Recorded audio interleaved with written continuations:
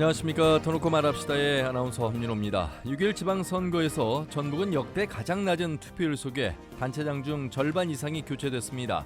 선거 과정에서 많은 잡음과 의혹이 있었던 만큼 이제는 철저한 수사로 그 의혹을 해소하고요.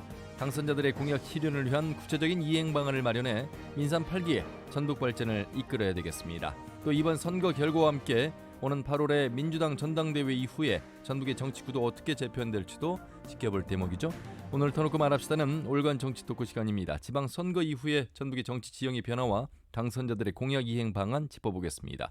아울러 전라북도 의회 진보당 오은미 당선인을 함께 만나보면서 진보정당으로서의 역할, 전북의 정치개혁 과제 이야기도 나눠보도록 하겠습니다. 오늘 방송은 사전 녹음으로 진행하고 있습니다. 방송 당일의 정치적 상황과 조금은 달랄 수 있다는 점 양해해서 들어주시길 바라겠습니다. 유튜브에서 터놓고 말합시다를 검색하시면 실시간 보기와 다시 보기도 가능합니다. 많은 의견과 제보도 해주시길 바라겠습니다. 토론에 들어가기 앞서 도민들은 지방선거 이후에 전북 발전에 필요한 정치적 과제 무엇이라고 보는지, 또 지방선거를 어떻게 바라봤는지 김세별 리포터의 도민 인서트로 함께 들어보시죠.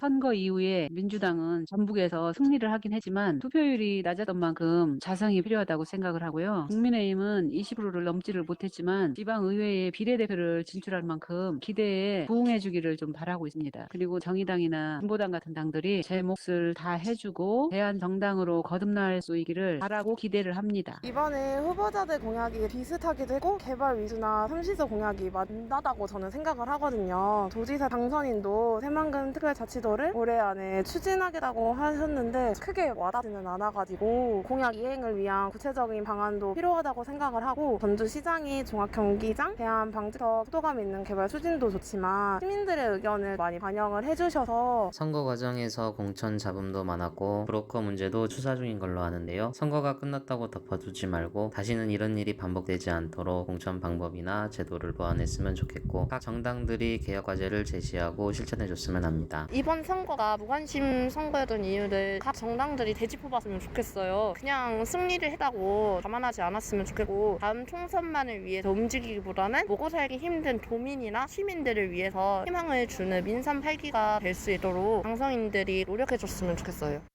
네, 지방선거 이후에 전북의 발전 과제에 대한 도민들의 의견을 들으셨습니다. 오늘 두 분과 함께 토론해 보겠습니다. 전북일보 이경재 개건 논설위원 어서 오십시오. 네, 안녕하십니까. 참여자치 전북시민연대 부패방지시민센터의 김행규 대표님 어서 오십시오. 네, 안녕하십니까. 예, 저희가 선거 전에 참 여러 차례 지방선거에 대한 이야기를 좀 해봤습니다. 결과 예측도 해봤습니다만 저희 모두 다 예측은 빗나갔습니다. 하지만 전체적인 어떤 선거 흐름의 예측은 좀 맞았던 것 같습니다. 총평을 먼저 한번 들어봐야 되겠습니다. 이경재 의원님. 네, 선거가 끝났는데요. 다 아시는 것처럼 전국적으로는 민주당 참패, 국힘당 완승, 광역자치단체장 17군데에서 12군데를 국힘당이 가져갔고요. 예. 민주당은 호남 세고다고 제주도, 경기도에서 건져가지고 체면을 좀 세웠다고 그럴까요? 이재명 인천 계양을 두 군데에서 예. 그런 상황이고, 전라북도 역시 혹시나 하고 그랬는데 역시 민주당의 완승으로 끝났고요. 국힘당은 여전히 한계를 느끼게 하는 그런 선거 결과가 됐습니다. 다만 이제 관심을 끌었던 대목들이 민주당에서 컷오프된 사람들이랄지 또는 무소속으로 진출했던 분들이 과연 어떤 그 결과를 도출해낼지, 그것이 하나가 관심사였는데 예. 결국은 그것도 이제 무위로 끝났고 민주당 3석 시장구조 선거에서 민주당 그렇습니다. 3석으로 끝났다, 이렇게 결과가 되어 있고요. 예. 또 하나 이제 관심 있게 봤던 대목은 진보 정당들이 과연 얼마나 약진할 수 있을까였는데 그렇죠. 역시 그 처참한 꼴로 한계를 또 느껴야 됐던 선거가 이번 또 지방 선거였다고 봐집니다. 예. 또 하나 또 관심 있게 볼 수 있는 것이 이제 투표율인데, 전라북도 같은 경우는 48% 했는데 아주 낮지 않습니까? 예. 왜 이렇게 낮게 나왔을까요? 역대 최저치인데, 일단 선거에 대한 무관심 또는 공천 자본 파행, 브로커, 또 윤리 도덕성의 문제들이 불거지면서 정치 혐오주의랄지 어떤 무용론 또는 의미가 퇴색해가지고 니네들끼리 잘 해라, 나는 내 길 가겠다, 이런 어떤 기류가 형성이 되면서 50%도 못 지는 48.7%였는데 역대 최저치라고 측면에서 예. 정당이랄지 정치권이 좀 반성을 해야 될 대목 그런 숙제를 던져준 그런 투표율로 보여집니다. 예. 낙선자들 가운데서는 바로 그 투표율에 대한 아쉬움을 많이 표현하는 사람들도 있었습니다. 부동층이 조금만 더 적극적으로 투표했었더라면 하는 아쉬움. 왜 이렇게 투표율이 낮았을까에 대한 관심과 더불어서 김영기 대표님의 총평 한번 들어보겠습니다. 뭐 앞에 쭉 말씀하셨으니까 저는 이제 강론으로 들어가서 예, 네. 전라북도만 살펴보면은요.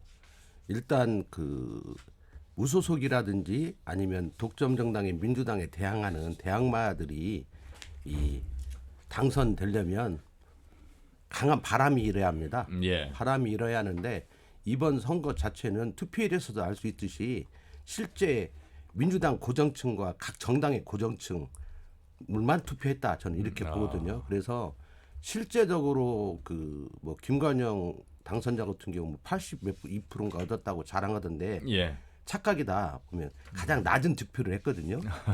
48% 4.7%가 6인가 7인가요?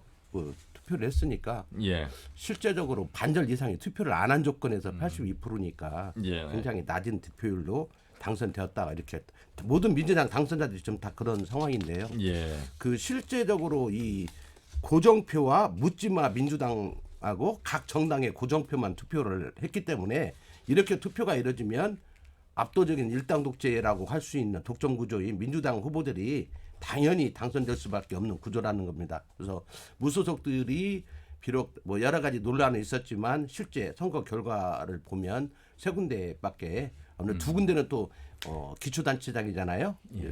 순창을 제외하면 이렇게 보면 기초단체장은 어차피 민주당 바람 못지않게 강한 현역 단체장이었던 기득권을 예. 가지고 투표를 한 거라고 보면 무소속 바람은 거의 일어나지 않았는데요.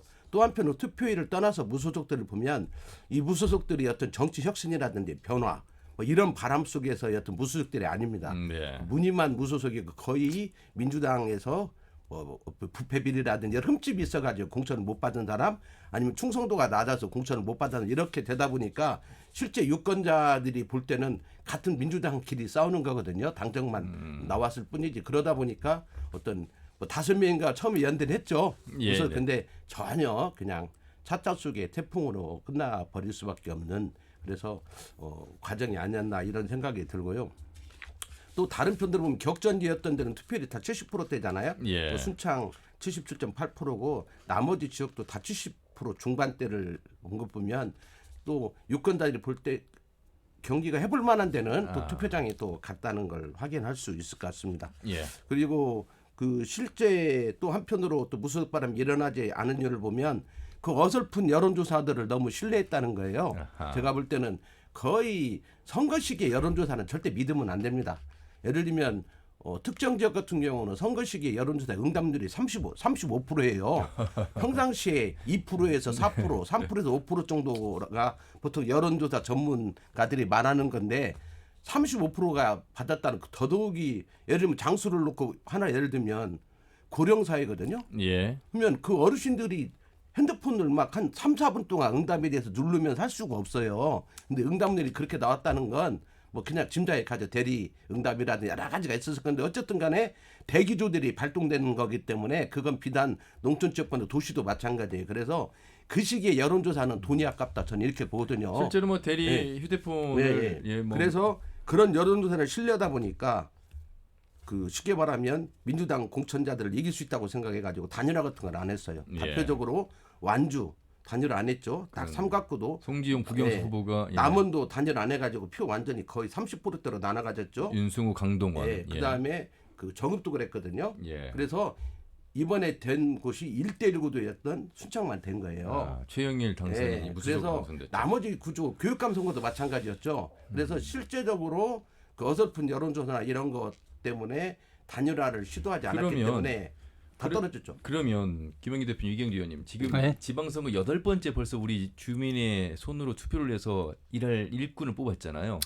민주당의 강세를 1대1 구도가 아니면 이 민주당을 이기기가 어려운 것인지 아니면 유권자들의 마음은 여전히 민주당에게 지지하고 있는데 향하고 있는데 그걸 어떤 방식으로 되돌려야 할지 지금 진보정당은 굉장히 이건 아까 처참하다는 표현을 쓰셨는데 실제 결과는 이따 잠시 후에 또 말씀을 드리겠습니다만 어떤 방식으로 지역의 지방선거만큼은 지역을 위해서 일할 일꾼을 뽑을 수 있을 것인가. 사실 토론회가 몇 차례 있긴 합니다만 정책과 공약 토론보다는 공방과 네거티브로 일관되기 때문에 사실 저 후보에 대해서 알기가 굉장히 어렵거든요. 결국 저는- 그렇다면 조직과 인지도인데.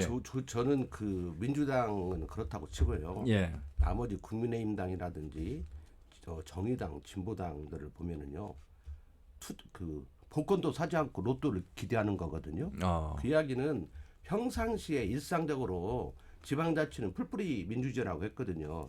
자기 지역에서 활동을 하면서 그런 힘들을 모아 나가고 거기에서 유능한 사람들을 후보로 이렇게 내보내고 이래서 쉽게 민주당과 경쟁 구도를 형성해야 하는데 실제 애당초부터 후보가 거의 없었고 예. 그것도 그 후보들이 대부분이 쉽게 말하면 비례대표 후보들이었거든요. 지역 후보가 거의 없었다는 겁니다. 근데 그 정운천 의원이 지난 심층 토론에 나와서 그런 이야기를 합니다.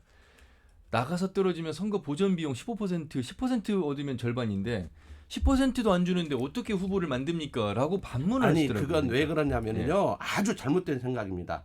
실제 저희가 그 쭉 지방자치를 보면서 무소속도요. 예. 그 쉽게 말하면 한 2년 정도만 지역사회에서 일을 하면서 예. 여러 가지 뭐 봉사를 하든지 방범대를 하든지 뭐 또 동호회를 하든지 하는데 자기 아니면 주민자치위원으로 참여해서 하든지 하면 대부분 3등 안에 들더라고요. 익산시장의 이명태 무소속 후보가 16%를 네. 넘겼고 이번에 최영심 도의원이 서신동에서 정의당으로 38%를 얻었거든요. 그게 그 아까 말하는 그 전주 을 같은 경우도 예. 이번에 4명을 냈잖아요. 예. 근데 그 4명이 젊은 친구들이에요. 좋아요. 그것까지는 좋은데 그들이 지역에서 활동을 했냐는 거죠. 아. 선거식이 되니까 당에 들어온 사람 젊은 사람 중에서 이렇게 그냥 맞춤형으로 내보냈지만 지역사회에서는 뜬금없는 일이거든요. 그러니까 지역사회에서 아마 저는 이렇게 봅니다. 그 4명이 이번에 예. 떨어진 4명이 대부분 5등 6등 했던데 뭐 4등 5등 6등으로 다 떨어졌거든요. 그러면 앞으로 4년간 지역사회에서 활동을 하면 저는 당선될 걸 봅니다. 다음에 예. 4년 뒤에는. 그러니까 그런 어떤 것이 없이 진보당이나 정의당도 대부분 그런 문제 때문에 했고 예를 들면 서신동에 그 도의원으로 출마해서 정의당에 했는데요. 예. 최영심 최영심. 후보였죠. 예. 최영심 후보인가요? 예. 했는데 그분은 서신동의 토백이고 올해 교육 그다음에 비례대표 4년을 했잖아요. 맞습니다.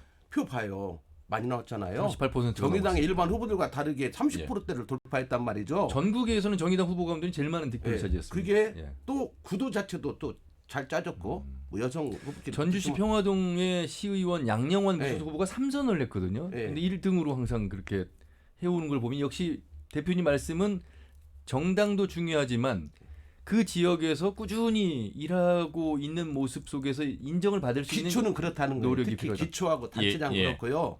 묻지마로 거의 90% 묻지마로 찍는 광역은 어려워요. 광역은 어려운데 이런 여죠. 이번에 오음미용 같은 경우가 그 과거부터 전통적으로 순창 농민운동이 아주 대중적으로 전개된 곳이단 말이죠. 그렇죠. 그런 기반 속에서 쭉 하다 보니까 그분은 비례대표 한 번, 지역구 한 번 오고 단체장 나갔다 떨어지고 쉬었다가 이번에 또 삼선이 지역구에서 됐죠. 되었단 말이에요. 3선까지 왔다면 그러니까 지역과 결합된 활동을 해야지 너무 좀 소위 말하는 너무 막 이분법이라는 이념적인 것만 예. 주장해가지고는 절대 선거에서는 못 이겨요. 알겠습니다. 선거는 현실이다. 예. 그래서 지역사회와 결합돼서 하면 충분히 가능성이 있고 근데 정의당이나 진보당, 국민의당 등이 예. 평상시 일상활동을 안 해요. 예, 알겠습니다. 이 말씀은 정말 귀담아 들으셔야 되겠습니다. 당선자에게는 축하를 보내고요. 낙선자에게는 위로를 보내드리면서 방금 김영기 대표님께서 하신 말씀 4년이라는 시간 또 준비를 하면 결과는 달라질 수 있다. 저 그 한 가지 꼭 예. 이야기를 해야 할 것 같습니다. 이번에 무소속에서 아까 단일화를 안 해서라고 예, 했지만 또 지역적 특성도 있어요. 완주를 예를 들어 보면 이번에 보니까 막 개표 방송에서는 뭐 아유. 특정 후보가 무소속 후보가 이겼다고 했잖아요. 거의 예. 현실은 그렇지 않았거든요. 아, 그분 이긴 건 고산 5개면이고 나머지가 다 졌어요. 실은 무소속 그분 다 졌고 특히 어디서 졌냐? 혁신도시 끼고 있는 이서, 예. 그다음에 완주의 어떤 도시권이라고 할 수 있는 공동, 여기 대표적으로 나머지 소양, 상관, 이서 다 졌거든요. 예. 소양 다 이쪽은 다 지고 고산 5개면만 이겼더라고. 나 개표 쭉 보니까. 그러니까 유이태 후보와 국영석 후보의 예. 근데 여기서도 경쟁이었죠. 혁신도시를 예를 들면 약간 도시권 이런 데는 그 무소속 후보들이 강구한 게 묻지마를 강구한 거죠. 혁신도시에 있는 분들은 서울 사람도 있고 그러면 주소는 여기다 대부분 두고 있어서 투표를 안 하면 안 할 수 있지만 하는 사람들은 거의 묻지마로 찍거든요. 민주당을. 그 표가 거기서 1,200표 넘게 이겨버렸더라고요. 예, 그러니까 알겠습니다. 나머지 고산 5개면을 커버해버리는 거예요. 한 지역이. 예. 그런 알겠습니다. 것들이 보듯이 쉽게 말하면 그 무수들은 그런 거기 때문에 당선증 받을 때까지 긴장을 늦추면 안 되고 1대1 구도를 만들어서 쉽게 말하면 그 반민주당 표를 모아내지 않으면 절대 당선이 어렵다는 걸 예. 이번에 또 보여줬죠. 이경규님 이렇게 질문을 드려볼게요. 비슷한 맥락에서 민주당은 일단 후보가 많습니다. 경선부터 흥을 일으키고 관심을 불러일으킵니다. 심지어 방송사에서 경선 토론회까지 진행을 하거든요.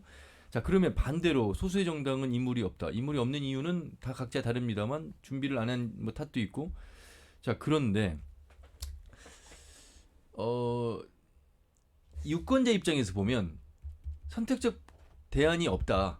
폭이 넓어야 뭐 사람을 보고 뽑을 텐데 그렇기 때문에 민주당을 찍거나 내지는 기권을 하거나 뭐 이렇게 되는 상황이란 말이죠. 어떤 게 먼저고 어떤 게 뒤고 어떤 말이 맞는 건지를 잘 모르겠습니다.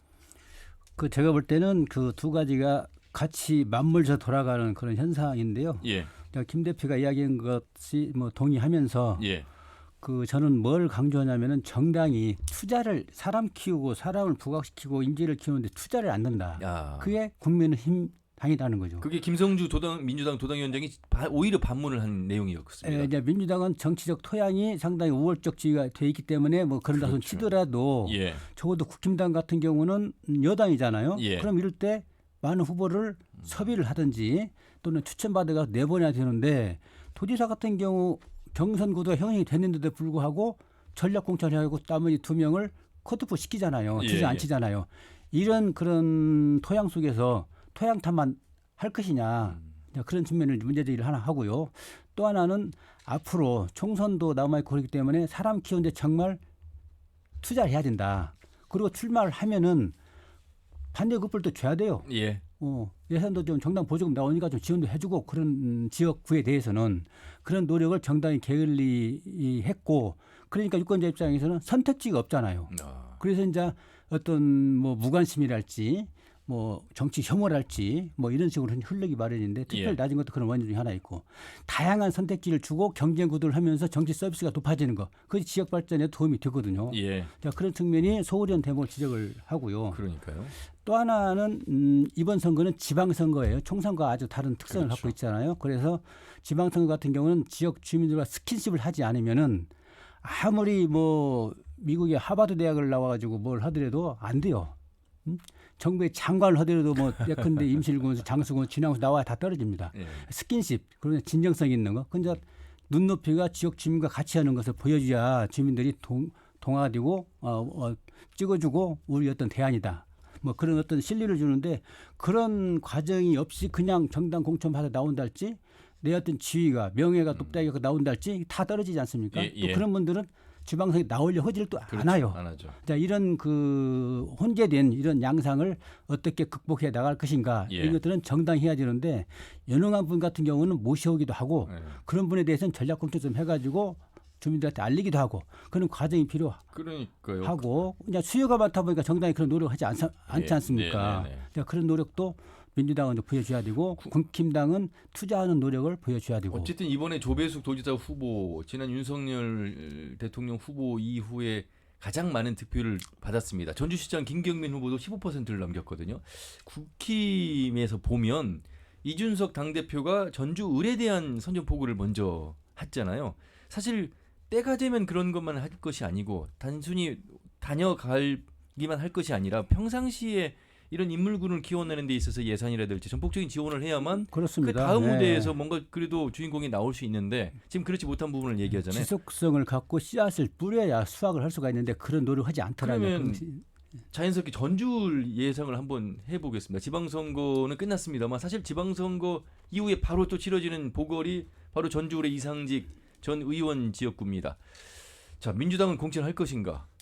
이미 정운천 의원은 출마하겠다는 표현을 간접적으로 내비쳤고요. 여기에 지금 민주당 후보들 가운데 한 대여섯 명이 지금 포진돼 있는 상황 속에서 언론도 지금 벌써 주목을 하고 있습니다. 김영기 대표님 어떻게 보세요?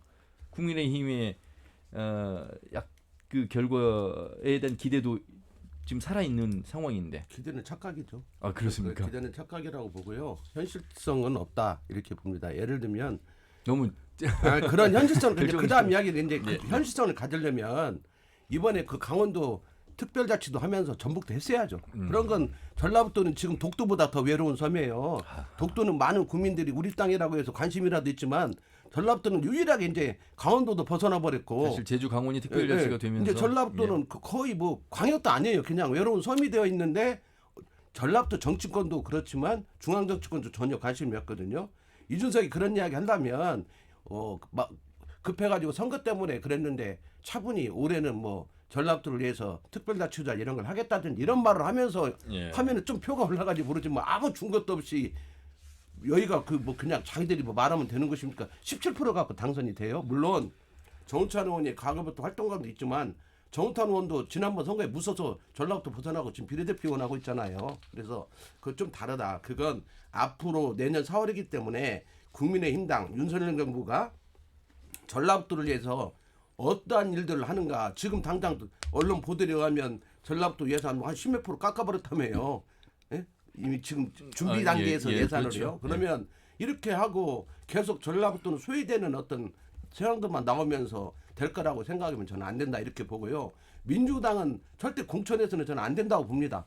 민주당은 이야기했거든요. 그 규책 사유가 이상직 의원이니까 민주당에 있어요. 예. 근데 또 어떤 혹자들이 뭐 탈당했네 이렇게 하면서 어영부영 또 공천을 내면 저는 반민주당 전선을 만들어서 낙선을 시켜야 한다고 보지만 시민단체 입장에서 저희 예. 제 입장에서 개인적인 이야기 그렇게 개인적인 보고 입장입니까? 그 보지만 실제적으로 공천하지 않아야 하고 그렇게 되면 이제 막 춘추전국 시대가 되는데 사실 근데 지난 그 이양로 군수 낙마하고 나서 공천을 정추석 지금 현 군수로 좀 선 후보를 내세웠거든요. 뭐. 지난번에 그 원래 그 현재 이렇게 민주당이 전국적으로 참패를 대선에 참패 그 전에 보궐선거 참패 그때하고는 다르다. 그다음에 지방선거 참패 단 이유가 귀책사였던 서울시장, 부산시장을 후보를 내갖고 떨어졌잖아요. 예, 이미 네. 거기서부터 단추를 잘못 끼우는 거거든요.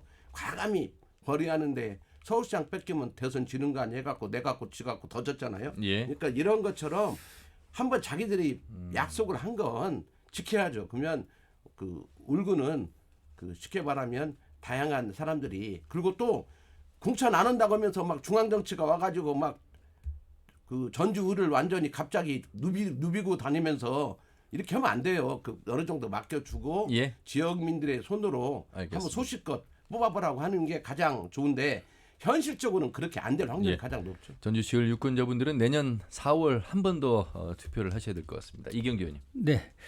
내년 4월에 국회의원 그 보궐선거가 이루어지는데 전주 을지역입니다. 이 지역은 과거에 정운천 의원이 지역구에서 당선이 됐던 지역이고 서신효자 삼천입니다. 그 이후에는 이제 비례대표를 빠져가지고 안 나온 지역인데 가장 첫 번째 포인트는 민주당이 과연 공천을 할 것인지 말 것인지 예. 이 관심이 초점인데 당연히 저도 그 생각을 같이 하고 당은 당규에 비리랄지 뇌물이랄지 이런 사태로 인해서 보궐선거가 발생된 지역은 후보를 내지 않는다고 되어 있어요. 그렇죠.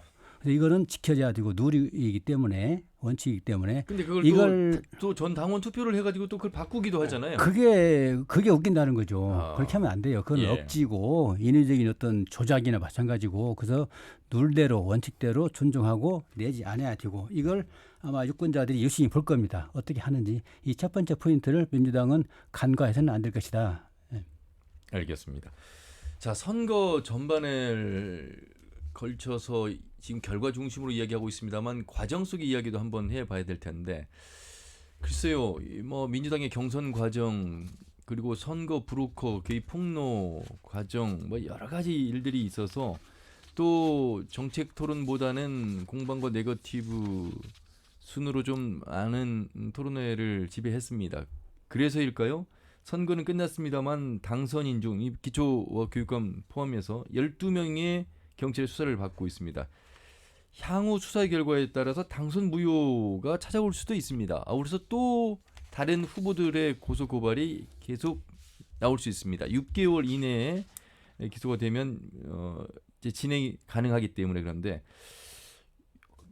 그냥 지나갈 수도 있습니다. 이경재 의원님, 그리고 김명기 대표님. 네. 저는 뭐 이번에 지금 경찰이 하는 걸 봐서는 그냥 지나갈 것 같지는 않습니다. 예. 그리고 이번 선거 분위기도 뜨지 않았고 대선 위에 바로 하다 그렇습니다. 보니까 그다음에 유권자들이 냉랭했고 그러다 보니까 후보들이 또 정책은 실족됐고 정책이 없어요. 거의 뭐 그냥 묻지 마시고로 그냥 베껴가지고 대충 하고 그다음에 오랜 기간 동안 또 민주당 공천 가지고 막 자분도 많았고 이러다 보니까 선거 시기에 상호 비방 네거티브하고 허위사실 유포 막 이런 걸로 이루어졌고 또 금권 선거가 있었고 이미 본선거 들어가기도 전에 브로커 사건으로 막 구속자 나오고 이러다 보니까 선거 자체가 이렇게 혼탁한 적이 있었을까 싶어요.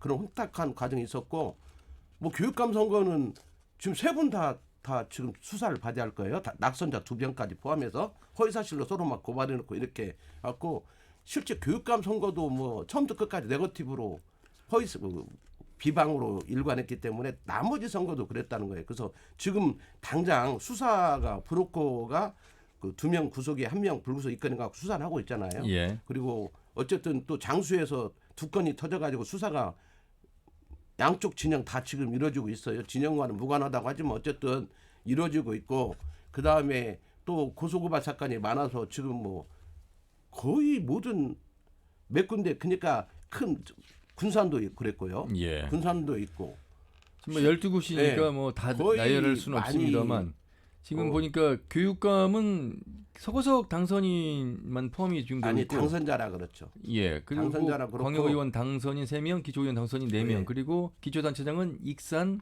군산, 장수, 고창 이렇게 이제 4곳. 근데 실제적으로 또 정읍도 식사 사건이 있잖아요. 네, 네. 뭐, 끝 말미에 예, 선거 식사 말미에. 사건이 네. 있었기 때문에 또 여기도 문제가 되고 그래서 이런 현재 벌어진 일에 대한 수사는 당연히 하겠죠. 예. 그리고 선거법이니까 6개월 안에 해야 하니까 빨리 지금 그다음에 어차피 이제 이런 선거법이 법이 바뀌어가지고 검찰이 이번까지는 검찰이 맡아서 검찰이 합니다. 하니까 예, 네. 아마 서로 경쟁적으로 이렇게 뭔가 성과를 내려고 할 것 같아요. 그래서 예, 네. 기대하는데 저는 또 여기에다 더해가지고 그래서 이 반칙을 쓰는 사람들이 당선되는 건 막아야 한다. 저는 이렇게 봅니다. 예. 그게 기본이다. 선거는 절대 그렇죠. 정정당당하게 경쟁해서 이겨야지 반칙을 통해서 이기고 당선되면 예. 어떻게 당선 힘으로 그냥 어영병 해가지고 선거법 넘어가서 벌금이나 받고 끝날라 100만 원 이하로 받고 끝날라고는 예. 이런 것들을 막아줘야 하고요. 또 한 가지 분명히 지금 브로커 사건이거든요. 브로커 사건이 저는 축소돼서는 안 된다 봅니다. 제가 알기에 그 브로커들이 작년 3월부터 9월 때까지는 이중선, 양심선언 이중선 후보 캠프에 있었어요. 일단 거기에서 벌어진 일인데 그럼 그 브로커들이 작년 9월에서 10월에서부터 선거 때까지 어디 있었냐는 거예요.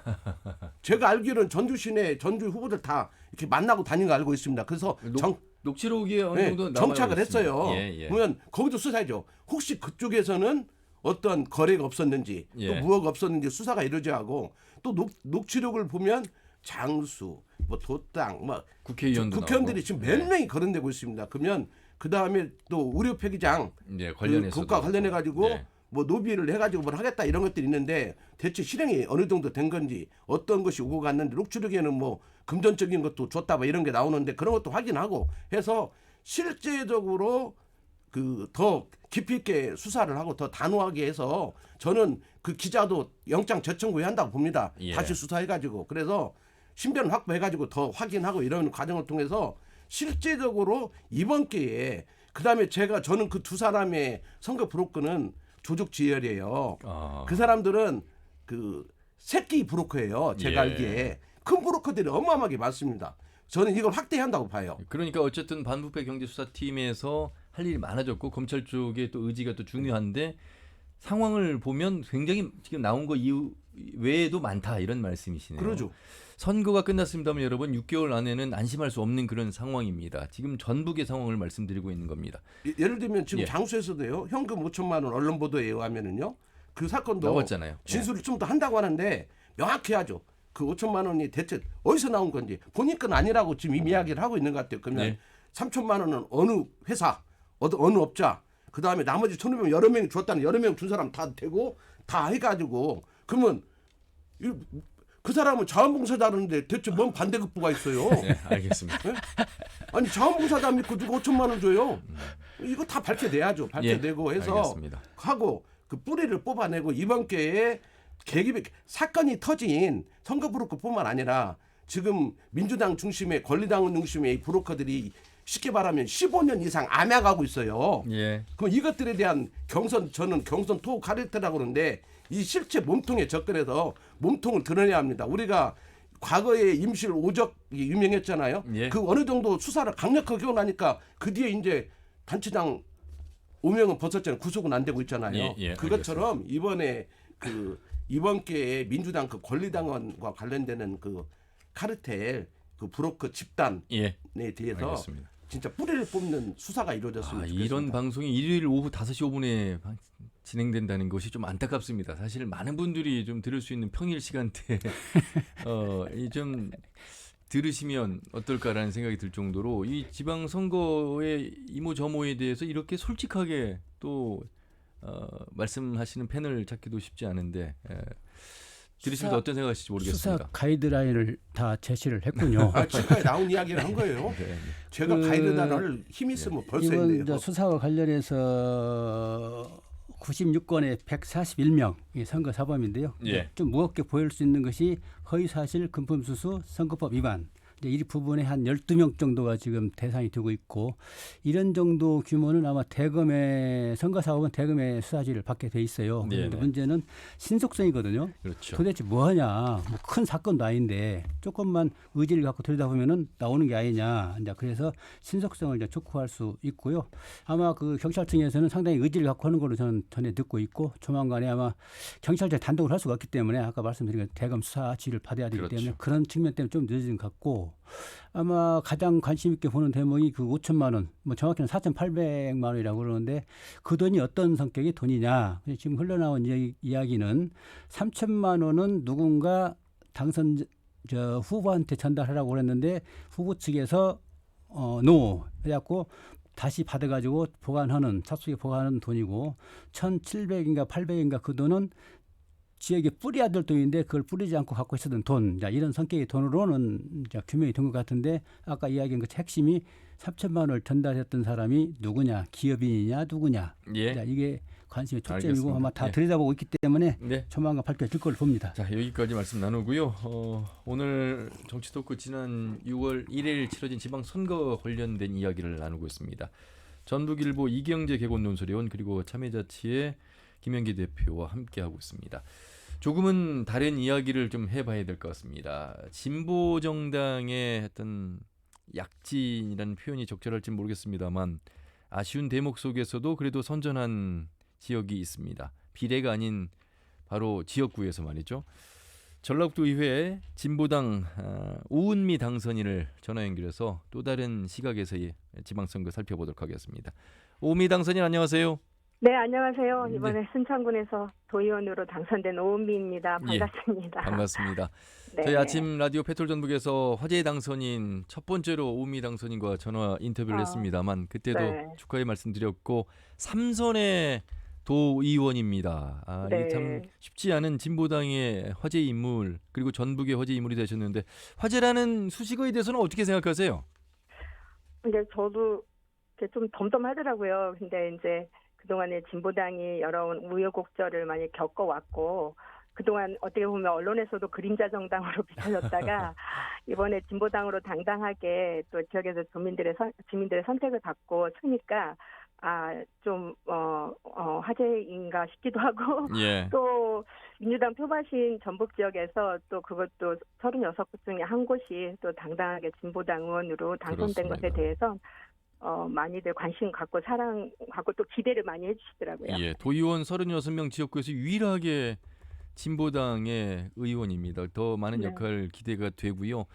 진보당을 대표해서 또 순창 유권자분들께 일단 인사 소감부터 좀 한 말씀 짧게 해주시죠. 네, 어쨌든 제가 8년 만에 이제 전북도 의회에서 또 일할 수 있게 해주셔서 진심으로 감사를 드리고요. 또 초선 재선 당선 때보다 이렇게 설렘 떨림도 있지만 오히려 좀 담담하고 또 그러면서 무한 책임감을 느끼는 건 사실입니다. 예, 또 앞으로 저희 이제 진보당을 기억하시고 또 오미를 기억하시고 그랬던 사랑과 믿음만큼 또 초심 잃지 않고 4년 후를 생각하는 정치 꿈보다 다음 세대를 생각하며 일하는 참다운 정치인이 되겠다 예. 하는 그런 다짐을 또 다지고 있습니다. 예, 오은미 당선인 2006년 비례, 2010년 민주노동 소속으로 전북도의원, 그리고 통합진보당 전북도당위원장, 전라도회 토종종자연구회 대표, 전국 여성농민의 총연합 부회장을 역임했습니다. 회장이요. 아, 회장입니까? 네네네. 죄송합니다. 네. 제가 오은미 당선인을 좀 안다고 했는데 제가 좀 자만했던 것 같습니다. 예. 자, 삼선의 도의원 뭐 담담함이라는 표현에서 어떤 느낌일지 저희도 조금은 이해가 됩니다. 하지만 민주당이라는 이 아성의 진보정당 여전히 힘든 장벽을 느꼈습니다. 어떠셨습니까? 그렇죠. 이제 뭐 막대기만 꽂아도 된다는 그냥 구태 정치 또 줄서기 패거리 정치가 그동안에 만연해 왔고 또 근데 그것에 대해서 많은 도민들의 이제 환멸과 또 반민주당 정서가 굉장히 짙게 깔려 있었어요. 근데 이제 그렇지만 또 진보 정당이 어떤 대안으로서 이렇게 우뚝 서지 못했던 것도 저희들의 책임이 컸었다고 생각하고 예. 또 이번 기회를 통해서 우리 전북 정치의 혁신을 선도하는 참다운 정치 세력으로 좀 거듭나야 되지 않을까 하는 또 막중한 책임감도 또 씁니다. 예, 오늘 이 자리에 이경재 의원과 김영기 대표 계시는데 이번 질문 순서는 김영기 대표에게 먼저 드리겠습니다. 조금 더 그래도 가까우시고 잘하시죠.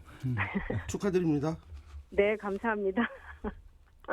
저는 그 개인적으로 보면 가장 진보당스럽지 않은 분위기 때문에 삼선했다고 저는 생각을 하거든요. 그건 또 어떤 뜻이에요? 그건 어떤 뜻이냐면 친화력도 있고 예, 아, 쉽게 말하면 당선인이 협치의 어떤 능력도 있고 과거 예. 비례나 그 지역구원으로 이미 수장에서 한 번 됐잖아요. 그렇습니다. 그러니까 그런 과정 속에서도 역할을 나름대로 했어요. 그래서 예. 앞으로도 이제 기대가 되는데 문제는 도의회 인적 구성이 민주당 지금 세 분이죠. 국민의힘 한 분, 정의당 한 분. 그렇죠. 비례 두 분에 예. 지역구 한 분이어서 40명 중에 37명이 37명. 민주당이기 예, 그렇습니다. 때문에 예. 실제적으로 진짜 더 외로운 서민이에요. 이 세 분도 뭐 그 옛날에 보니까 같이 잘 어울려 다니는데 그 37명 그 오미 의원이 그 국민의 과거 새누리당이죠. 그분하고도 네. 친하다라고 해요. 그만큼 이렇게 어떤 소통 능력을 보여줬는데 이 세 분이 아무리 소통을 한다고도 이 37명의 절벽하고 싸워야 하잖아요. 그러니까 네, 그러면서 어떤 자기들의 내용을 한다고 보면 저는 첫째도 둘째도 소통과 협치다. 그리고 네. 진정성을 가지고 그 꾸준히 설득을 과거에도 했지만 더 이번에는 해야 할 것 같다 이런 생각이 들고 그래야만 그 민주당 벽에 맞서서 오은미 의원이 꿈꾸는 어떤 정치적 의제 개혁의 어떤 내용이란 이런 것들을 할 수 있을 것 같아요. 뭐 거주 수당 좋습니다. 농민 수당 지금 정점이 되고 있잖아요. 그 네네. 확대 뭐 이건 그 예산만 되면 확대가 될 것 같아요. 농민 수당은 네네. 뭐 단체장들도 자기 돈 주는 거 아닌데 능력만 되면 주고 싶겠죠. 그러니까 그 네. 적들이 결국은 타협의 문제인 것 같고 예. 농민 거주 수당도 조금 필요하다고 봅니다. 워낙 지금 농촌이 뭐 사람이 없어져 가고 그렇습니다. 있으니까 네. 이건 근데 이제 처음 시작하는 거기 때문에 많은 어떤 토론과 과정을 통해서 오면 혼자는 안 될 것 같고 여러 그룹들 뭐 저희도 시민사회도 할 수 있겠죠. 정치권하고도 연대를 해서 하면은 본인이 기후변화 대책은 뭐 워낙 미래지향적이고 장기적인 거라 제가 여기서 뭐라고 할 수는 없고 돈은 네. 거꾸로 기후변화 대책에서 저는 다른 건 모르겠고 새만금 관련해서는 진보당이나 이런 데가 좀 유연해져야 한다. 아하. 뭐 새만금 없던 일로 오자 이렇게 해서는 저는 안 된다고 보거든요. 솔직히 뭐 누구는 원상복구 이야기도 하던데 그래서는 안 되고 진짜 그 도민들의 또 어떤 뭐라고 할까 정서가 있고 그러니까 예. 진보당의 의원이지만 또 적절히 그런 도민 정서 속에서 이렇게 유연하게 대처를 한다면 오면 이제 삼선이니까 저는 현재 민주당의 어떤 독점적 구조에서 원래 삼선이면 위원장 주야거든요. 예, 그렇죠. 삼선 몇 명 되지도 않아요. 네. 그러니까 재선도 하는데요. 뭐. 예, 본인이 달라고 하지 말고 정의당이나 국민은행 초선이니까 그쪽에서 이렇게 유리하고 그러면서 세 명이지만 민주당과 협상해서 필요하면 진짜 위원장도 맡아가면서 큰 정치인들 하고 알겠습니다. 또 지난번에도 이야기했지만 도의원 한번 지역에서 됐으니까 큰 정치적 자산인데 바로 단체장 나가서 낙선하셨잖아요. 그러니까 좀 누가요? 그 본인 그때 그러지 않았나요? 단체장이 아니었습니다. 그때 도의원이었나요? 같은? 저 국회의원. 아, 그랬었나요? 당내산 되고, 예. 네, 처음 그러니까 생기고 나서. 좀 네. 아직도 우리 전라북도는 민주당 아성이 세니까 느긋한 아주 젊으시잖아요. 느긋한 마음을 가지고 조급하지 않으면 큰 정치인으로. 아유, 김영기 대표님 개인적으로 만나서 하실 이야기를. 그런가요? 나 지금 방송에서 순간 내가 방송하고 있다는 걸 잊어먹었습니다. 그러니까 질문은 이겁니다. 그러니까 농민 관련된 아무래도 대표 공약이 많다 보니까 그 관련해서 말씀을 드리자는 너무 거죠. 진보당의 입장에서 역할을 하면 어렵다 그 말을 말씀하게 알겠습니다. 하겠습니다. 어떻게 들으셨습니까? 오미 당선인. 예.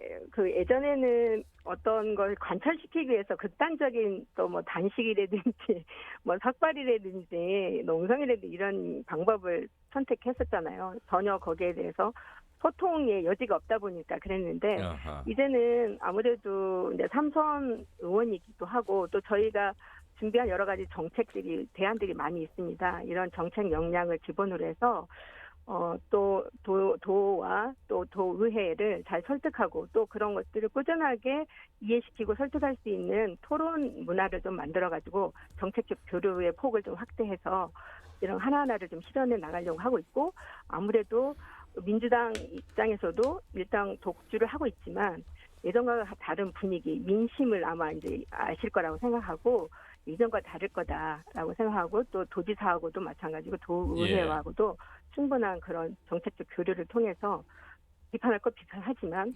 또 우리 또 피폐해진 또 민생 현안을 좀 잘 돌보고 그걸 실현시켜 나가기 위해서 마음의 준비와 자신감 다 되어 있습니다. 그러고 보니까 순창이 무소속 그 순창 군수가 당선이 됐고 또 우은미 네네. 의원이 또 진보당으로 지역구에서 도의원이 됐습니다. 순창 국민들 상당히 많이 이 변화 내지는 열려 있다는 그 말씀을 그 전 결과를 토대로 말씀을 좀 더 하시는 것 같습니다. 네네. 자, 이경재 의원님도 인사 나누시죠. 일단 축하드립니다. 네, 고맙습니다. 55.9, 56% 득표율 네. 경이적인 기록으로 당선이 그렇죠. 되셨어요. 예. 순창에서는 뭐 군수도 한 명, 도의원도 한 명이지 않습니까? 네. 그래서 하여튼 축하드리고요. 과거에 그 도의원 시절 하면서 상당히 네. 그 날카롭고 비판 감시 견제 기능을 잘 하셨던 걸로 저는 기억을 하는데 네. 역시 이번 도의 구성도 진보 쪽 또는 그 민주당이 이제 대척적인 어떤 그런 정당의 숫자가 적어가지고 의정 활동할 때 또 그때 당시 뭐 너무 튄다 막 차별적으로 하니까 그런 얘기가 있었거든요. 그래서 이번도 그 똑같은 현상이 나타나지 않을까 그러니까 그런 측면이 과거에 이제 기억이 있는데 하여튼 열심히 활약을 뛰어나게 하신 걸로 기억을 하고 있고요. 네. 현재 도의 지방의회 때 공통적인 현상인데 예컨대 뭐 해외 연습 때 뭐 관광성이랄지 또 네네. 뇌물 수수랄지 또 재량 사업비를 없애겠다고 공언해놓고 다시 하는 추진하는 그러면서 리베이트를 받는 그런 행위랄지 불륜 의원, 음주운전하고 또 바꿔치기랄지 성추문 또 막말, 고압적 또 인사청탁 여러 가지 그 종합 선물 세트처럼 이렇게 문제가 들어가 있는 게 지방의회인데 네. 그 앞으로 이제 7월 1일 날 등원을 하게 되면은 이런 현상들 개혁 과제이기도 한데 어떻게 개혁을 해 나갈지 쇄신해 나갈지 저는 오미 의원의 어떤 숙명적인 또 과제로도 보거든요. 그에 대한 좀 미리 어떤 역할, 기능, 어떤 의지를 좀 들어보고 싶습니다. 마치 질문이 도의회 의장에게 질문하는 그렇습니까? 네. 그동안 어떤 관행처럼 굳어졌던 도의회나 또 그 공직자들의 그런 좋지 않은 모습들에 대해서 많은 주민들이 또 피로감과 실망을 느끼고 계시는데요. 저는 이제 이 도의회뿐 아니라 전라북도와 도교육청이 개혁이 함께 가야 된다고 생각해요. 그렇죠. 그래서 그런 제도가 우선적으로 마련이 되어야 된다 해서 우선 첫 번째로 개혁 과제가 부정부패를 일소하는 제도가 도입돼야 된다. 그래서 뭐 고위공직자 부동산 백지 신탁제도, 그다음에 겸직금지 규정을 더 강화하고 또 고위공직자 정관회유 금지 제도 도입, 또 민간 보조사업 내역 뭐 전문 공개, 그리고 아까 말씀드린 지방의원단 외유성 목적 어떤 뚜렷한 목적이 없이 외유성 해외 연수는 전면 폐지돼야 된다고 생각하고요. 그다음에 두 번째는 지금 저희가 볼 때는 4년 동안 송하진 행정이 굉장히 불통 행정으로 일관돼 왔다고 생각해요. 굉장히 안타까운데 그래서 소통 행정을 하기 위해서는 청와대 국민청원 제도가 있지 않습니까? 그래서 우리 전라북도에도 도민청원제도를 도입해야 된다. 그래서 도민들과 끊임없는 소통이 돼야 된다 생각하고, 또 마지막으로는 이제 전면적인 성평등 실현 방안이 꼭 필요하다. 그래서 우리 공직사회에서 늘 잊을만 하면 나오는 여러 가지 그 성범죄 이런 것들이 많이 나오지 않습니까? 예. 그래서 도지사 교육감 직속의 성평등 실현 전담부서를 설치해가지고 이런 제도들을 바탕으로 개혁과제가 이행되어야 된다고 보고, 저는 도민 여러분들의 여론을 모아서 이런 제도를 실현하기 위해서 최선을 다하겠다는 말씀드리겠습니다. 예. 네. 그런 그런 그 의지가 정말로 현실화된다고 한다면 상당히 어떤 업그레이드된 의정 활동을 할 수 있는 그런 토대가 마련된 걸로 될 걸로 보고요. 기대가 큽니다. 예. 네, 꼭 그렇게 해보도록 하겠습니다. 예, 예. 그 한 가지 네. 좀 다른 생각이 있는 게 겸직금지요. 네. 지금 이번에 이제 시류가 또 공직자 윤리법이 강화됐잖아요. 네, 지금 네. 강화됐는데 문제는요. 그 경직에서 고위공직자에 우리 전라도 공무원은 대상이 거의 없어요. 네, 네. 그래서 저는 고위공직자 이름을 빼고 그냥 공직자 저 공무원이 되면 그 9급부터 다 재산 공개해가지고 그 대신 정부에서 더 월급 더 주고 줄 건 주고 그 다음에 공개할 건 공개하고 이러는 걸로 가지 않으면 우리가 고위공직자 대상이 거의 전라도는 없다 보니까 유명무실하고 그 다음에 그 퇴직 후에 취업에 하는 게 있잖아요. 네, 그것도 좀 장관회의. 예, 네. 그것도 저 더 구체화 시키고 그다음에 처벌을 강화해야 하거든요. 물론 이건 네. 국회 입법사항이긴 해요. 하지만 네, 네. 국회 입법사항이라도 도의회 조례를 더 강화해서 그렇죠. 그다음에 윤리위원회 이런 것도 형식적인 걸 더 강화해갖고 처벌정까지 넣고 외부 네. 인사로 구성되고 이런 것들을 꼭 좀 실현시켜 주길 기대하겠습니다. 네. 예. 같이 이제 시민사회 단체와 같이 토론을 통해서 그런 현실적인 제도들을 만드는 것도 우선 중요할 것 같아요. 예. 오은미 당선인 축하드리려고 전화도 했습니다만 이게 지금 너무 거는 기대가 크고 그만큼 어찌 보면 우리가 광역의회나 기초의회에 대한 실망감, 피로감이 상당히 높았던 전북의 네. 현실이기 때문에 네, 아마 진보당 의원으로서 또 특히나 3선 도의원이기 때문에 거는 기대 또 여성이기도 하고 아마 그동안의 활약에 대한 어떤 평가와 더불어서 아마 기대치가 이렇게 높았던 것 같습니다. 너무 부담 갖지 마시고요. 네. 이제 부담을 시작입니다. 팍팍 가지고. 예, 이제 시작이고 그 뭐 국민의힘 비례도 있고 또 정의당의 오윤숙 비례 도의원도 있습니다. 함께 네. 민주당과 협치도 하면서 때로는 또 경쟁도 해가면서 하실 네. 말씀하는 그런 당선인이 되기를 바라겠습니다. 간단하게 네. 각오 듣고 마무리 말씀 듣고 끝내도록 하겠습니다. 네, 다시 한번 저를 도의에서 일할 수 있도록 세워주신 우리 순창 국민들께 감사를 드리고요. 저희 진보당은 2014년도에 박근혜 정권의 통합진보당 강제 해산 이후에 당장 한 8년이라는 인고의 세월을 뚫고 왔습니다. 이제 책임 있는 정치 세력이자 진보 대표 정당으로서 전북 정치 혁신은 물론 도민들의 삶의 질 향상을 위해서 도민들과 동고동락하면서 진보 정치의 참다운 모습을 꼭 보여드리겠습니다. 그래서 더 낮은 자세로 더 많이 듣고 따가운 질책도 감사히 받겠고요. 그래서 요즘 뭐 뉴스를 안 본다 하시는데 진보당 때문에 뉴스 볼맛이 난다. 예. 진보당 때문에 속이 후련하다는 그런 평가. 사랑받는 정치인, 사랑받는 진보당이 될 수 있도록 사직생의 각오로 임하겠습니다. 예.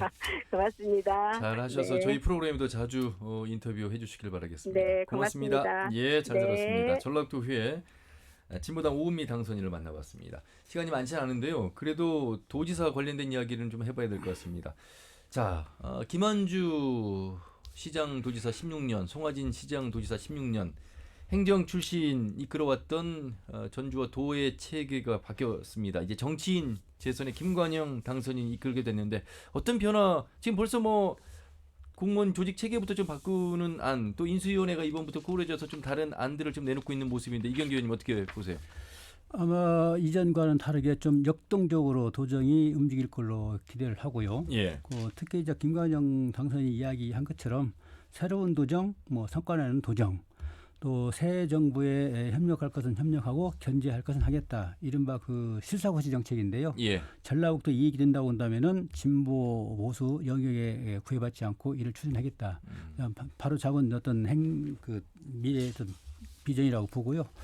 또 특히 이제 김관영 당선인은 국회의원 2선을 한 데다가 또 뭐 기업 활동을 좀 활발하게 하겠다는 것을 지금 약속을 했지 않습니까? 예, 예. 특히 새만 같은 경우는 기업 유치에 최선을 다하고 대기업 5개 유치까지 공약을 내었기 때문에 과거와는 다른 좀 차별적인 일자리, 기업 유치 이것이 도정의 제일 기치, 모토로 좀 부상하지 않을까 싶고요. 그 예. 측면에서 기대가 크고요. 서거석 교육감도 더 뭐 덧붙여 말씀드리면은 서거석 교육감도 이야기를 해본 거 보니까는 실사구시적 잣대로 정책을 입안하고 추진하겠다. 말하자면 김관영 의원이나 비슷한 그런 실사구시 전라북도 이익이 된다고 한다면은 또 전부 학생과 이익이 된다고 한다면은 어떤 진보 보수에 가리지 않고 어떤 방법을 통해서든 추진하겠다. 똑같은 어떤 그 방향 설정을 했는데 두 가지 측면에서 상당히 기대가 크고요. 또 교육행정도 자치단체가 도와줘야 될 부분이 많이 있어요.